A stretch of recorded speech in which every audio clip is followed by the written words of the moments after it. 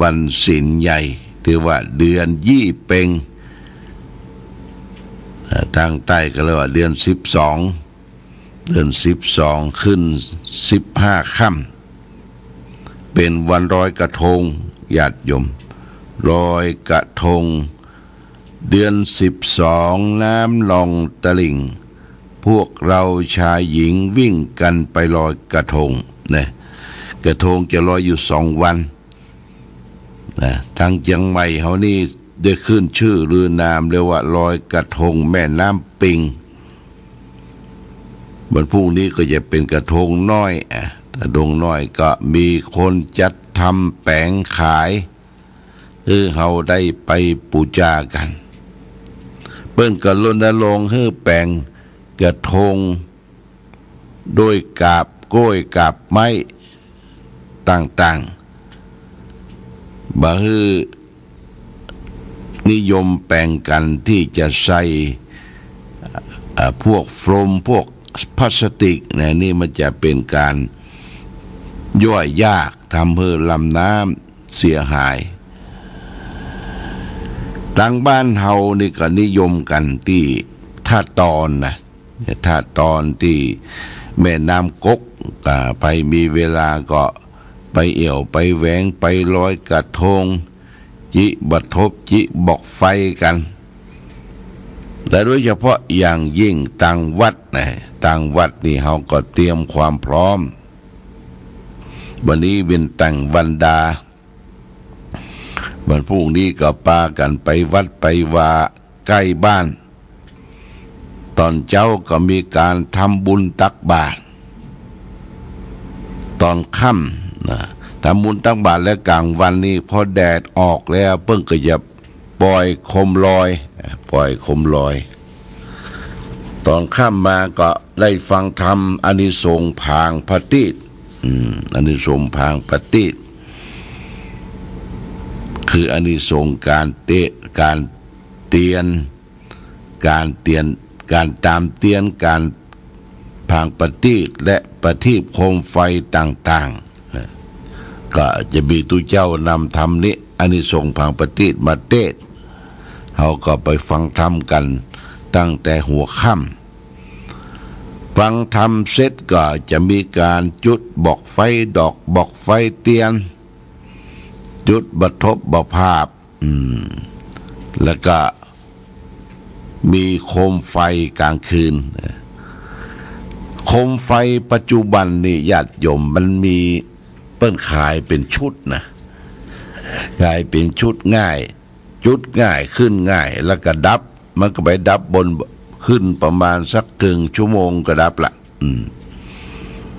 นี่ก็มีการจัดจำหน่ายหลายที่ตั้งเชียงใหม่ของเฮาเป็นประทีปโคมไฟ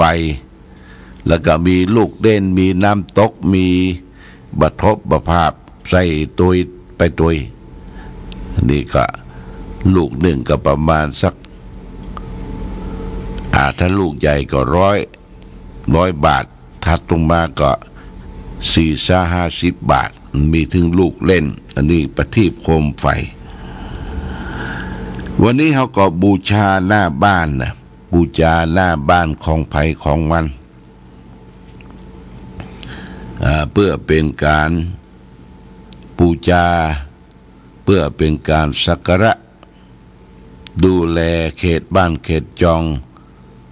ตามพางปฏิวันพรุ่งนี้นะวันพรุ่งนี้วันที่5วันที่6นี่องค์การบริหารส่วนตำบลเวียงก็ได้นิมนต์ตุเจ้าประสงค์ได้ไปเปิดงานเจริญพุทธมนต์ท่าน้ำแล้วก็เปิดงานลอยกระทงจุดเทียนเล่นไฟขององค์การบริหารส่วนตำบลเวียงนะตี้ไม่นะตี้ไม่ไปทางทิศเลย4 แยกส่วนยอกทางเรื่องเมืองปุ้นนะเป็นจัดตี้ใหม่อันนี้ก็จะได้ไปร่วมบุญร่วมกุศลร่วมกิจกรรมพร้อมกัน วันพรุ่งนี้เป็นวันสุดท้ายของการทำบุญทอดกฐินสามัคคีดึกวันพรุ่งนี้ดึกเดือน12เป็งทางใต้ตรงกับเดือนยี่เหนือเนี่ยกาลกฐินคือการกระทำบุญทำทานกฐินหลวงกฐินลาดกฐินต้นกฐินราษฎรก็จบกันในวันพรุ่งนี้และวันนี้ที่วัดโสภณารามห้วยงูในก็จะได้ไปร่วมทอดกฐินนะตั้งแต่9 โมงเก่งก็มีคุณกนกพิษชัยนาอุบาสิกาบ้านห้วยงูในพร้อมด้วยคณะได้ร่วมกันจัดตั้งองค์กฐินก็นิมนต์หลวงพ่อไปเป็นประธานร่วมก็ได้จัดแจงแต่งดาแปลงต้นกฐินแล้วจะได้ไปร่วมกันแล้วก็พร้อมด้วยคณะครูบาอาจารย์ขึ้นสีขาวเพื่อชาวประชาที่ออกรายการวิทยุอย่างดังเวียงป่าเป้าจังใหม่ลำปางคุณกนกพิษชัยนาก็ได้นิมนต์มาร่วมกันเพราะฉะนั้น9 โมงเกิงก็จะได้ไปร่วมกันพร้อมกันนี้ตะวานี้ก็มีแม่สุแก้วสิริพรบ้านป่าช้างละปูนเปิ่นกับโทรศัพท์มาหลวงพ่อขอร่วมทำบุญกฐินที่บ้านห้วยงูในก็โอนสตางค์มาให้หลวงพ่อ200 บาทอนุโมทนาสาธุมาณโอกาสดีตัวพร้อมกันนั้นก็มีโยมญาติโยมทั้งหลายมีแม่น้องทองคำเวียงป่าเป้าเปิ้นย้ายไปพักอยู่ที่เชียงใหม่ก็โทรศัพท์ว่าจะทำบุญอยู่เด้อจะโอนมาหลวงพ่อบอกเลขบัญชีไปก็ขออนุโมทนาใหม่กับทุกท่านที่ได้ร่วมบุญร่วมกุศลด้วยกันซึ่งเป็นกฐินตกค้างได้ทำบุญทำทานที่วัดโสภณารามห้วยงูในโดยการประสานงานของคุณกนกพิษชัยนาบ้านห้วยงูในพร้อมด้วยคณะอันนี้ก็แจ้งข่าวบุญข่าวกุศลญาติโยมท่านสาธุชนทั้งหลายรับทราบมาณโอกาสนี้วันนี้ฟ้าฝนคงจะหยุดตกญาติโยมตะวานี่ก็มีสิอยู่วันค่ำฟ้าฝนหยุดตกก็เหมาะโอกาสการทำบุญสุนทานในงานเดือนยี่เป็งเราก็จะได้ไปวัดไปวาทำบุญสุนทานกันใส่บาตรญาติฟุกฟังเทศฟังธรรมวันนี้ได้มาพบญาติโยมท่านสาธุชนทั้งหลายก็จะเอาสารธรรมะนำมาฝากคือแก่ญาติโยมท่านสาธุชนทั้งหลายวันนี้เอาเรื่องสิ่งว่าด้วยสิ่งที่ควรระแวงสิ่งที่ควรระแวงนี่มีอย่างพระพุทธเจ้าตรัสไว้ในพระไตรปิฎกเล่มที่27หน้า545ได้ตรัสไว้ว่าสังกายะสังกิตภานิลักขยานาคตังพยังพึงระแวงสิ่งที่ควรระแวงพึงป้องกันที่ยังไม่มาถึงตัวนี่คำว่าระแวงนี่ป้องกันไว้ก่อนที่จะมาถึงตัวก็คือมีสติแปลว่าความระลึกได้ญาติโยมยังจะไปตั้งอยู่ด้วยความประมาท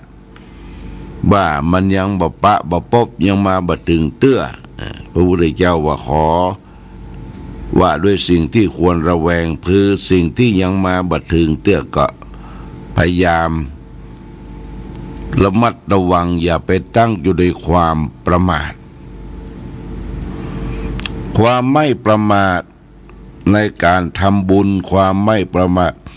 ในการประพฤติปฏิบัติธรรมความไม่ประมาทในการปัจจัยใช้ปัจจัยสี่ในปัจจุบันเนี่ยญาติโยมคนเฮาตึงวันนี่เฮากินเฮาบริโภคปัจจัยสี่ปัจจัยสี่มีอย่างพ้องคืออาหารการกินอาหารที่บริโภคเสื้อผ้าอาภรณ์แล้วก็ที่อยู่ที่อาศัยสุดท้ายปัจจัยสุดท้ายก็คือยารักษาโรคเราจะได้ไปพึงประมาทในการบริโภคการใช้ปัจจัยสี่ปัจจัยคือสิ่งที่เรานำมาบำรุงบำเรอประโยชน์กายของเราเนี่ยคือปัจจัยที่หนึ่งอย่าได้ไปประมาทก็คือเรื่องของบริโภคอาหารการกินอาหารการกินที่เขากินถึงวันนิญาติโยมบางอย่างก็มีพิษมีภัยบางอย่างเขาบริโภคลงไปเนี่ยมันเป็นของแสลงโรคบัถูกกับธาตุของเขาเจ็บไข้ได้ป่วยเจ็บท้องเจ็บไส้ขึ้นเหียนอาเจียนทำให้เกิดความบ่สบายขั้นเนื้อขั้นตัวเกิดขึ้นมานี่องค์พระสัมมาสัมพุทธเจ้าท่านได้ตรัสสอนไว้ว่าคือพิจารณาก่อนระแวงไว้ก่อนว่าสิ่งที่เราจะบริโภคลงไปเนี่ยคืออาหารการกินโภชเนมัตตัญญูตารู้จักประมาณในการบริโภคในการกินการใช้ปัจเจเวกก่อนปัจเจเวกคือทุเจ้าประสงค์เปิ้นจะฉันอาหารเนี่ยเปิ้นว่าปาฏิสังขายโยก่อนนะญาติโยมดูอาหารอันใดที่มันถูกโรคมันบ่ไปแสลงต่อร่างกายบ่ใจว่าลำที่ปากลำบากที่ต้องญาติโยมอย่างนี้ก็มีเป็นจำนวนมากยกตัวอย่างง่ายๆอย่างเช่นว่าหน่อไม้เนี่ยญาติโยมหน่อไม้ที่เฮากินเฮาบริโภคลงไปมันกินง่ายมันคลุกขับเอามากับน้ำพริกเอามายำเอามาคั่วได้หลายอย่างหลายประการแต่เฮามาถึงประโยชน์มันแสดงต่อโรคเก้าโรคอะไรอย่างต่างๆเนี่ยญาติโยมเจ็บแข้งเจ็บขาบางคนกินหน่อไม้ไปกินสัตว์ปีกไปห่านกระโดะเพราะอย่างเพราะว่าบัถูกกับโรคเก้าโรคในตัวสัตว์ปีกก็คือเป็นไก่เป็นสัตว์ที่บินเนี่ยสัตว์ปีกเป็นนกในอย่างต่างๆเอามาบริโภคกินใจใครอยากลำบากต้องเนี่ยญาติโยมเพราะฉะนั้นทุกสิ่งทุกอย่างบริโภคเพื่อยังอัตภาพกินเพื่อยังอยู่ให้ชีวิตเราดำเนินไว้ยิ่งเฮาแก่ตัวลงมาถึงวันเนี่ยกินอย่างมันไม่ใช่กินนักญาติโยมเข้าสักปากเดียวทัพพีเดียวก็พอละเป็นข้าวหุงก็ได้ข้าวเจ้าก็ได้แล้วก็บริโภคอาหารที่มันเป็นประโยชน์ต่อร่างกายเป็นต้นว่ามีวิตามินโปรตีนกินผักนี่จะเป็นการดีญาติโยมกินผักนะผักเกิดขึ้นตามธรรมชาติฟักทองฟักหยังนี่ก็เอามานึ่งมาต้มมาจิ้มน้ำพริกก็กินแบบง่ายๆก่อนจะกินก็พิจารณาก่อนต้องระมัดระวังระแวงไว้ว่าเอากินลงไปบ่ทำให้แสลงต่อร่างกายนี่เรื่องอาหาร ประการที่สองปัจจัยที่เขาใจถึงวันที่อยู่ที่อาศัยที่อยู่ที่อาศัยประการที่สองนี่เสื้อผ้าอาภรณ์นะเสื้อผ้าอาภรณ์จีวรของตุเจ้าเสื้อผ้าอาภรณ์ของศรัทธาญาติโยมตุเจ้าพระสงฆ์เขาก็เช่นเดียวกันเบิดก็นุ่งสีดำเบิดก็นุ่งสีกั๊กเบิดก็นุ่งสีเหลืองเบิดหนึ่งก็นุ่งสีราชนิยมแต่ในปัจจุบันนี่ที่นิยมนุ่งกันใช้กันก็คือสีเหลืองเนี่ยเหลืองตังภาคเจ็ดก่อนสมเด็จพระมหาราชมังคลาจารย์เจ้าคณะใหญ่หัวเหนือก็สัญญัติว่าคือนุ่งสีเหลืองนะเหลืองแอมแซมนั่นนะถัดนั้นมาก็คือนุ่งสีราชนิยมสีราชนิยมก็คือที่เปิ้นนุ่งไปในวังในงานของกษัตริย์ในงานของหลวงนุ่งสีราชนิยมแต่ในปัจจุบันนี้เขาก็หันตุเจ้าประสงค์เอาสีกั๊กมานุ่งทำตนเป็นครูบาญาติโยมนะเรียนแบบเหมือนครูบาเจ้าศรีวิจัยเปิ้นนุ่งสีกั๊กห้อยลูกประคำแต่ตุเจ้าเขาบวชใหม่ๆก็เข้าใจว่าเนี่ยคือเหมือนครูบาถ้าปฏิบัติได้ก็เป็นการดีนะญาติโยมปฏิบัติครูเป็นครูบาเนี่ยนะ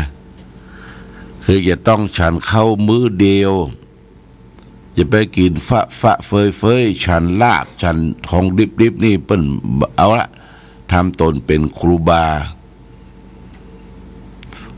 มีสองประเภทนะครูบาที่อุปโลกตนขึ้นมาเป็นครูบานุ่งผ้าสีกั๊กใส่ลูกประคำอุพิห้องตัวเองว่าครูบาที่เกิดขึ้นในล้านนาของเฮาครูบาประเภทที่สองคือเป็นสมณศักดิ์เปิ้นแต่งตั้งจากพระเถระผู้ใหญ่อย่างในเมืองเชียงตุงเมืองลาเมืองปุ่นน่ะเมืองที่เฮายังไปบ่ถึงเตื้อเรียกว่าพี่น้องคนยองอยู่นักนี่เปิ้นจะมีสมณศักดิ์ตั้งเป็นครูบาหลวงพ่อก็ได้เป็นครูบากับเปิ้นว่าครูบายี่แก้วเดิมชื่อแก้วเพิ่งเอาครูบามาตั้งเขาเป็นคนตนเกิดก่อนในครอบครัวของป้าอุ่นแม่ป้อเพิ่งจะตั้งเอายี่มาใส่เดือนยี่เนี่ยเป็นเดือนต้นละญาติโยมครูบายี่แก้วเมืองเชียงตุงที่ไปยกยอก็คือ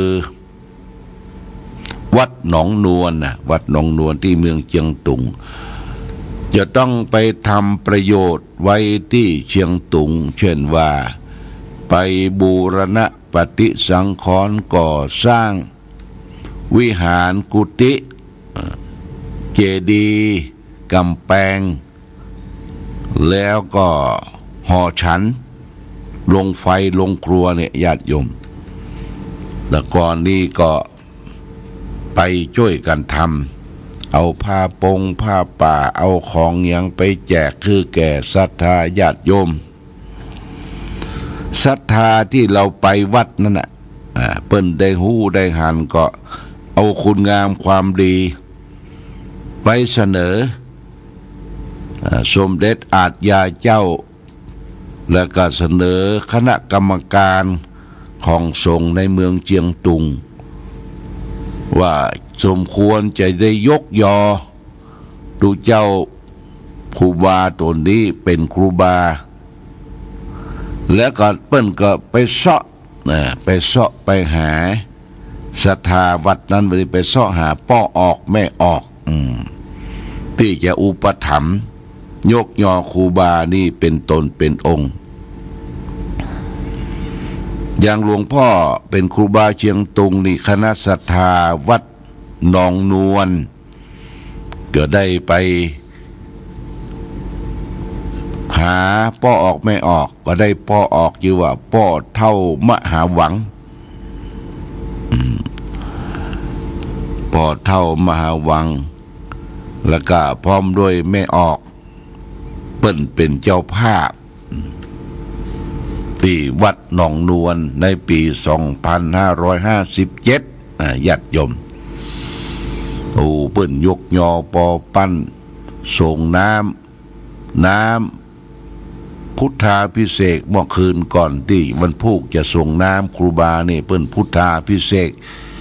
น้ำที่จะรถมาอาบในต้อมเปิ้นแปลงต้อมไว้แล้วก็เปลี่ยนผ้าใหม่ครัวใหม่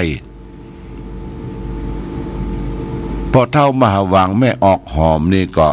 ได้เป็นเจ้าภาพครัวใหม่เครื่องอัฐบริขาร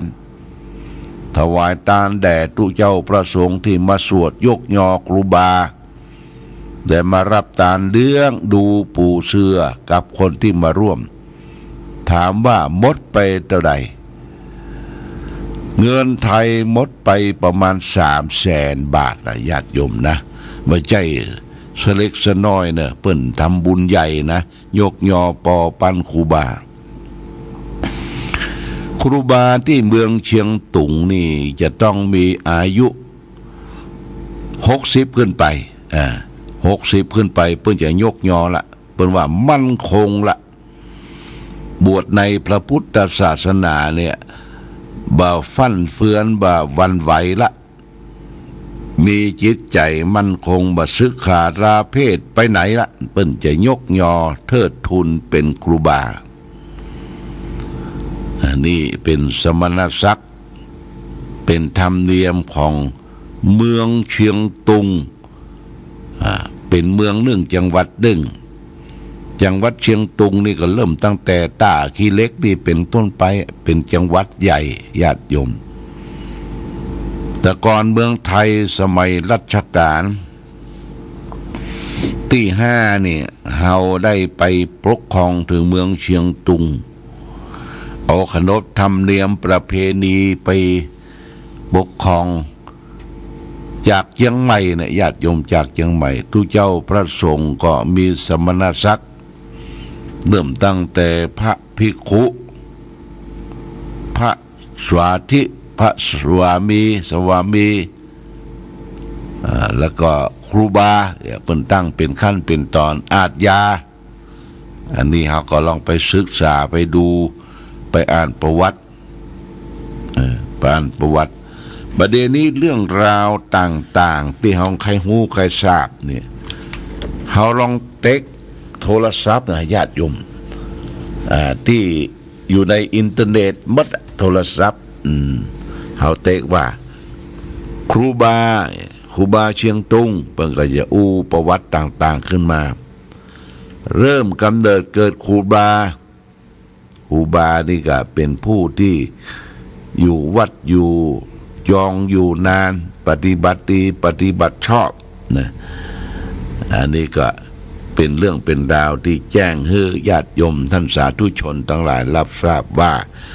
วันนี้เอาเรื่องที่ควรระวังควรละแวง